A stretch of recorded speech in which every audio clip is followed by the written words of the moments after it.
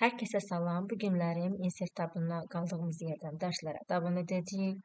Dərsə başlamazdan əvvəl ilk öncə qeyd etmək istəyirəm ki, Word, Excel, PowerPoint, Windows proqramlarını öyrənmək istəyən şəxslər həm sadə, asan izahda, həm praktik şəkildə öyrənmək istəyənlər varsa, əlaqə saxlayıb açıqlamada nömrəni qeyd etmişəm. Onlayn dərslərimə qatıla bilər və onlayn dərslər haqqında məlumat əldə edə bilər.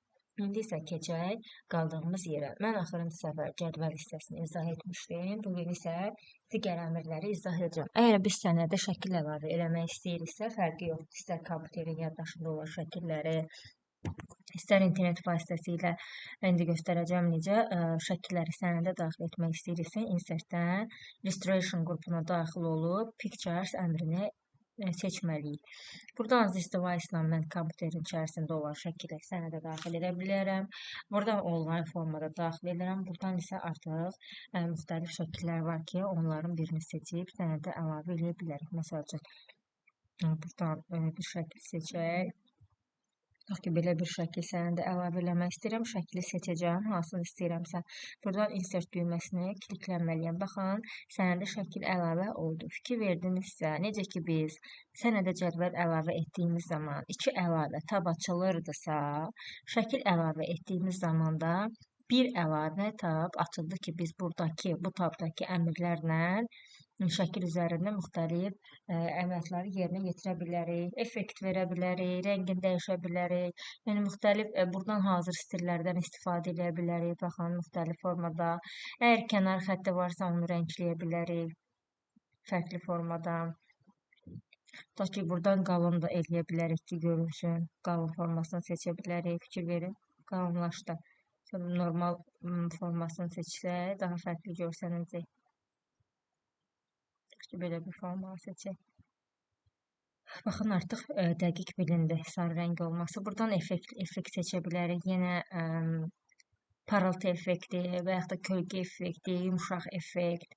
Yəni hansı 3D modelinə uyğun olaraq bir effekt seçə bilərik. Daha detallı şəkildə dediyim kimi onlayn dərslərə qoşulub öyrənə bilərsiniz. Pozisiyanını müəyyən edə bilərik ki, sənədin hansı hissəsində yerləşsin və yaxud da ki, wrap textdən yazı ilə əlaqəsini təyin edə bilərik ki, yazıda həmin şəkil hansı istiqamətdə, hansı yerdə dayansın. Yəni yazının üzərindəmi, yazının arxasındamı, yazıların ortası arasındamı? Məsəl üçün, baxın buradan. Və yaxud da ki, onların içərisindəmi? Baxın, belə bir formaları seçə bilərik. Əgər 2 şəkil varsa, onu arxaya, önə gətirə bilərik. Bring forwardla, set back forwardla qruplaşdıra bilərik. Bu kimi əmrləri və yaxud da ki, hündürlüyünü, enini buradan artırıb azalda bilərik və yaxud da ki, buradan lazımsız hissəsini kəsə bilərik. Məsəl üçün, crop aktiv etdiyimiz zaman, tutaq ki, bu hissəsi mənə lazımdır. Bunu telefonlarda da edirik, yəqin ki, oradan bilərsiniz. Bu hissəsi mənə lazım deyilsə, bunu seçirəm, yəni bu qədər. Və buradan təzədən crop sözünü bir dəfə vurdığımız zaman artıq o hissə kəsilib gedəcək. Sonra bir də onu qeyd edeyim ki, şəkli əgər kiçildib böyütmək istəyirsinizsə, heç vaxt yan hissələrdən istifadə etməyin. Buralardan istifadə etmək olmaz. Ancaq kənar hissəsindən tutub, artırıb, azaldıb, daha doğrusu bu şəkildə böyüdə bilərsiniz. Yəni kiçildib böyüdə bilərsiniz. İndi fərqə baxın. Biri var, bu yan hissədən kiçildib böyütmək. Fərq gördünüz, keyfiyyətində heç bir dəyişiklik olmadı. Amma mən tutaq ki, bu hissədən, orta hissədən kiçildib böyütdüyü zaman fikir verin, görün keyfiyyəti necə pis günə düşdü. Ona görə çalışın, həmişə kiçildib böyüdən zaman bu kənar hissədən istifadə edin. Sonra mən sənədə fiqur əlavə eləmək istəsəm, yenə insert tabına daxil olub, buradan shapes açıb, istədiyim fiquru seçərəm. Tutaq ki, günəş fiqurunu seçək. Belə bir qara pilos gördüyümüz zaman sol düymə ilə çəkəcəyik və sənədimizə fiqur əlavə olunacaq. Fiqur əlavə olunduğu zaman da yeni bir əlavə tab vərəqi açıldı shape format adı altında. Biz də buradan artıq, yəni bu tabın əmrləri ilə fiqurun üzərində müəyyən əməliyyatları yerinə yetirə bilərik. Məsəl üçün, mən istəyirəm ki, günəş sarı rəng olsun, yəni fiqurun içi sarı rəng olsun. O zaman shape fildən istifadə edəcəm. Buradan gəlirəm, sarı rəngi seçirəm. İstəyirəm ki, kənar hissəsi, tutaq ki, yaşlı rəng olsun, gəlib buradan yaşılı seçəcəm. Hətta fiqurun, daha doğrusu kənar xəttin Həm qalınlığını buradan təyin edə bilərəm, həm də müxtəlif baxın belə bir formalardan da istifadə edə bilərəm, daha fərqli görsənir. Buradan yenə fiqura effektlər verə bilərəm, müxtəlif effektlər var.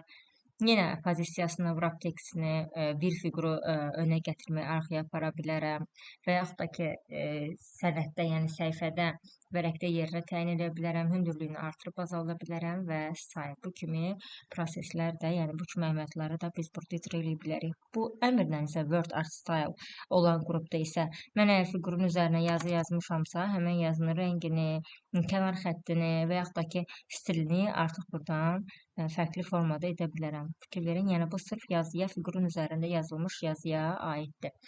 Sonra bunu çəkək, başqa bir yerə qoyaq, digərlərini izah eləyək. Gəldik təzədən qayıtdıq insert bölməsinə.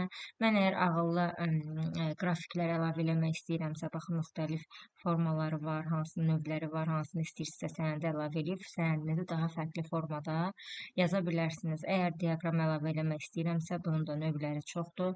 Hansı diaqram sizə uyğundursa, sənədə əlavə eləyə bilərsiniz və diaqram əlavə eləyəndə onu da qeyd edeyim ki, Excel-də birbaşa açılır. Sonra Illustration qrupunda digər bir əmrə screenshot əmridir. Bunu da telefonlarda istifadə edirik. Ani, yəni ekran görüntüsünü almaq. Burada isə Word-ün arxa hissəsində nə dayanıbsa, onun belə deyək də, ekran görüntüsünü alıb sənədə əlavə eləyir. Yəni, əgər mən tutaq ki, bunu Word-ün arxa, yəni bunu açdım, sonra təzədən gəldim Word-u açdım. Deməli, arxa hissədə nə olubdur? Bu video yazan proqram, düzdürmü? Hal-hazırda gələcəm mən screenshot əmrinə. Baxın, burada da göstərir ki, Word-ün arxa hissəsində bu var. Screen clipping əmrini bir dəfə klikləsəm, boz rəngi olacaq. Gözləyirik boz rəngi olsun. Sonra hansı hissə bizə tutaq ki, lazımdırsa onu belə kəsirik. Boşlayırıq sol düyməni və avtomatik özü sənədə əlavə olunacaq. Baxın, bu şəkildə. Sonra keçdik insertin digər əmrlərinə. Onlayn video əlavə eləmək istəyiriksə, bundan istifadə eləyəcəyik. Və yaxud da ki, sənədimizə link əlavə eləmək istəyiriksə, fərqi yoxdur. Deməli, biz internetdən də hər hansı bir mənbəni link kimi əlavə eləyə bilərik. Kompüterimizin yaddaşında olan da, fərqi yoxdur, sənəd də ola bilər, yəni fayl da ola bilər, şəkli də ola bilər. Hansını link kimi yerləşdirmək istəsək, bu insertin link əmrindən istifadə edəcəyik. Gəlin, praktiki formada göstərim. Məsəl üçün, bir də onu qeyd edeyim ki, hər hansı bir sözdə yazıb həmən faylı istinad kimi, yəni link kimi əlavə eləyə bilərəm bu sözə ki, mən bu sözə kliklədiyim zaman həmən fayl açılacaq. Və yaxud da ki, faylın özünü də link kimi əlavə edə bilərəm. Gəlin, hər ikisini praktiki şəkildə göstərim. Deməli, sənəd sözünü seçirəm. Seçəndən sonra gəlirəm link düyməsinə bir dəfə klikləyirəm. Açılan pəncərədən daxil oluram fayllar olan qovluğuma, iş masasını seçirəm. Buradan müxtəlif PDF formada ola bilər, fərqi yoxdur. Tutaq ki, Excel PowerPoint olan PDF-i sənəd sözünə link kimi yerləşdirmək istəyirəm. Həmən sənədi seçirəm, ok düyməsini vururam. Baxın, sənəd artıq fərqli formada, yəni biraz böyüdüm. Fərqli formada, yəni yaşıl rəng link kimi görsəndi. Mən indi bu sənəd sözünə kliklədiyim zaman və yaxud ki, PDF-i açacaq mənə. Necə eləyə bilərəm? Kontrol düyməsini basılı saxlayıram və kursoru da, mouse'un kursorunu da sənədin üzərinə yerləşdirirəm. Baxın, əl işarəsi yarandı. Və üzərinə mouse'un sol düyməsini vurduğum zaman buradan belə bir pəncərə açılacaq. Ok düyməsini vurmalıyam ki, artıq həmin PDF açılsın. Fikir verirsiniz, PDF-imiz açıldı. İndi bu PDF-in özünə link kimi əlavə eləyəcəm.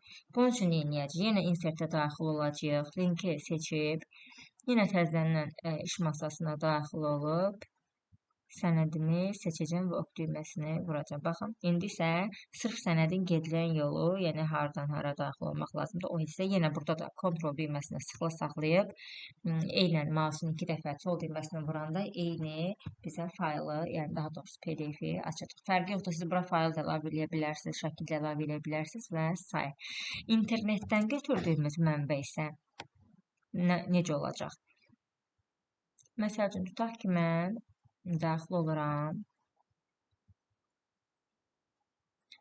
Bunu link kimi, yəni bunun yolunu, adını, adresini link kimi sənədimə daxil eləmək istəyirəm. Necə? Birinci kopyalayacağım. Gəlirəm, seçirəm. Ctrl A-dan elə. Sonra Ctrl C-nə vururam. Təzədən qayıdıram sənədimə. Sənədimə qayıtdıqdan sonra linkə daxil olandan sonra burada adres yeri var. Bu adresləri Ctrl V, yəni kopyaladığım adresi bura əlavə edib OK düyməsinə vururam. Baxın, artıq mən gəlirəm Ctrl düyməsini basılı saxlayıb 2 dəfə ona toxunduğum zaman həmən saytı mənə açacaq Opera brauzerində. Bu da linkdən əldə etdiyimiz məlumatın yerləşdirilməsi. Baxırıq, bizə lazım deyil. Keçdik digər hissələrə. Sonra var insert bölməsində kommentariya. Bunlar qaldı. Bunları izah edək. Bookmark. Bookmark nədir? Bir növ əlfəcini xatırladır bizə. Əlfəcini bilirsiniz də nə deməkdir? Kitab oxuduğumuz zaman hansı vərəqdə qalmışıqsa, yaddan çıxmasın deyə içərisinə əlfəcin yerləşdiririk. Sonra gələn dəfə isə oradan başlayıb oxuyuruq. Bu da eynən o funksiyanı yerinə yetirir. Avtomatik mətn gətirək. Tutaq ki, 6 abzazlıq bir mətn gəlsin. Mən oxumuşam, qalmışam reading hissəsində.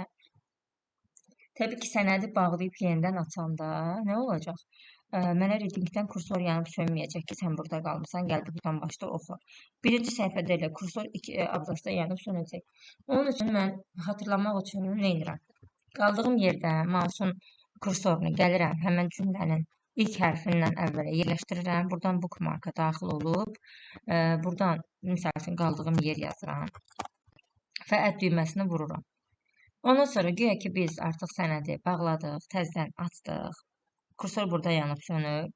Mən gəlirəm təzədən bookmark'a, qaldığım yeri seçib go to dediyim zaman məni həmən yerə aparacaq. Fikir verirsiniz. Kursor artıq həmən yerdə dayandı.